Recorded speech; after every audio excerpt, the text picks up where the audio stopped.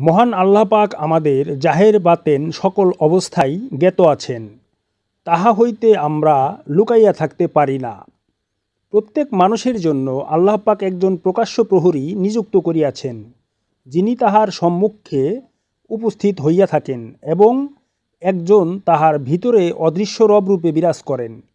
এই উভয় একই রব সত্তা, যিনি জাহের ও বাতেন রূপে প্রতিটি মানুষের সঙ্গে প্রহরী হইয়া থাকেন। কোনো কওম তথা জাতি নিজ হইতে নফসের শুদ্ধি না করিলে আল্লাহ পাক তাদেরকে শুদ্ধ করেন না। মানুষ নিজেই নিজ তাকদীর রচনা করিয়া থাকে। আল্লাহ পাক শুধু প্রত্যেকেরই অর্জিত তাকদীর অনুযায়ী পরবর্তী অবস্থান তথা পরবর্তী জীবনের অবস্থান নির্ণয় করেন।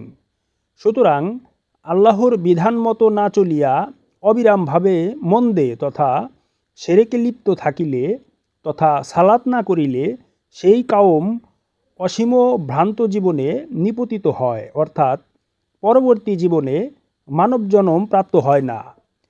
মোট কথা, তারা আল্লাহকে অভিভাবক বন্ধুরূপে পাবে না। সদরুদ্দীন চিশতি রচিত কোরআন দর্শন, সূরা রাদ, আয়াত নং 10 এবং 11 এর তাফসির।